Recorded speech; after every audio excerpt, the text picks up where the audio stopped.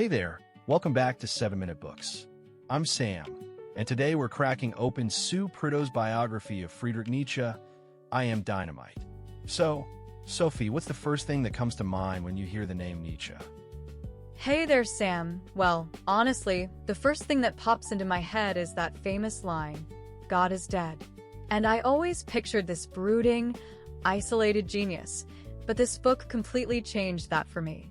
It brings him to life as this incredibly vulnerable, lonely guy who just wanted to be understood.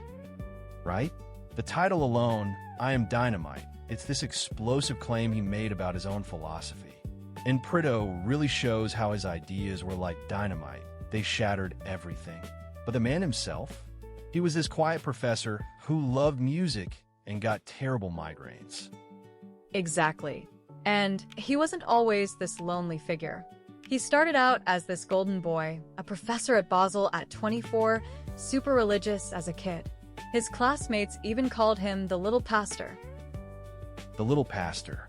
And then he goes and writes The Birth of Tragedy, which basically tells the academic world that they've got Greek drama all wrong. It's not all rational order. It's this battle between Apollo and Dionysus, between structure and chaos. And they hated it. They completely dismissed it.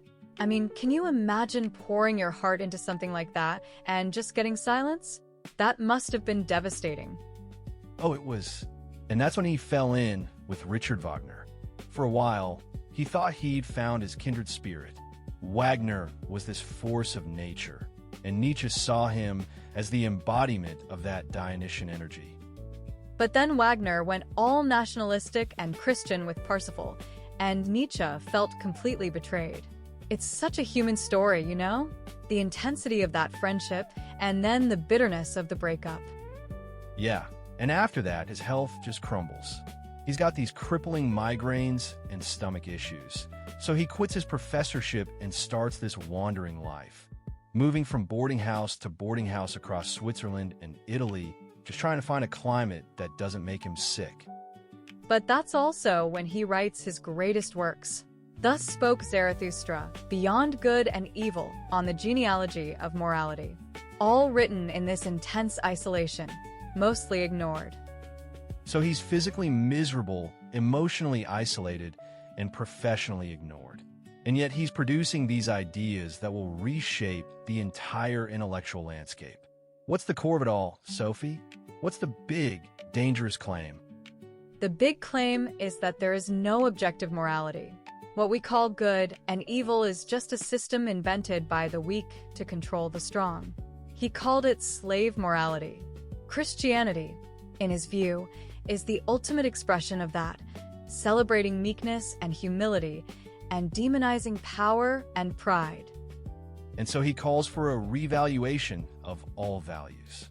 And the ideal is this Übermensch, the overman, who creates their own values and says yes to life in all its messy, painful glory.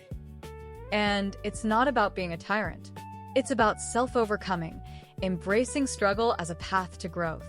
You know, that whole what doesn't kill you makes you stronger thing, he actually lived that. Did he, though? I mean, he also believed in eternal recurrence, the idea that you'd have to live your exact same life over and over for eternity. That's terrifying. But for him, it was the ultimate test. Could you say yes to that, or would you be crushed? And I think he struggled with it himself. It's like he was trying to convince himself as much as his readers. He knew life was hard, but he still believed the struggle was worth it.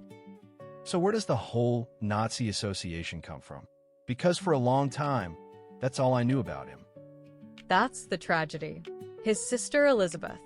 She married an anti-Semite, and Nietzsche was horrified.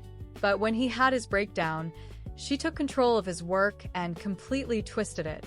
She published this book, The Will to Power, that she framed as his magnum opus, even though he never meant it for publication. And that, combined with her editing, basically created the proto-Nazi Nietzsche. It's a total betrayal. The man who criticized German nationalism and anti-Semitism gets turned into a hero of the Third Reich. And for much of the 20th century, that's how he was seen. It's only after World War II that scholars really started to reclaim his work and show the real Nietzsche, the good European who loved French literature and Italian music. There's something so poignant about that. He never got to see his ideas take off. He died in 1900, completely unaware that he'd become one of the most influential thinkers ever. And that's what Prideaux does so brilliantly. She shows us the human being behind the ideas.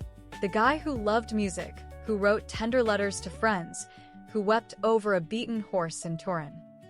That story gets me every time. He sees this horse being whipped, and he just throws his arms around its neck to protect it. And then he collapses. That's the moment his mind breaks. And for the last 11 years of his life, he was cared for by his mother and then his sister. He was basically a shell of himself, unaware of the legacy he was leaving behind. So what's the takeaway here? For me, it's about the courage to think for yourself, even when no one's listening. Nietzsche's life is this incredible example of that. He kept writing, kept pushing, even when everyone ignored him. And on that note, if you want to explore more big ideas like this, the whole library is over at 7minutebooks.com/app. There are over 6,000 fiction and nonfiction titles you can read or listen to in any language, and it's just $2.99 a month, $9.99 a year, or $19.99 for lifetime access. But the real takeaway from I Am Dynamite is that Nietzsche's life was a work of art, a constant act of self-creation, and that's the challenge he leaves us with, to live our own lives as if we were creating a masterpiece. We'll see you in the next one.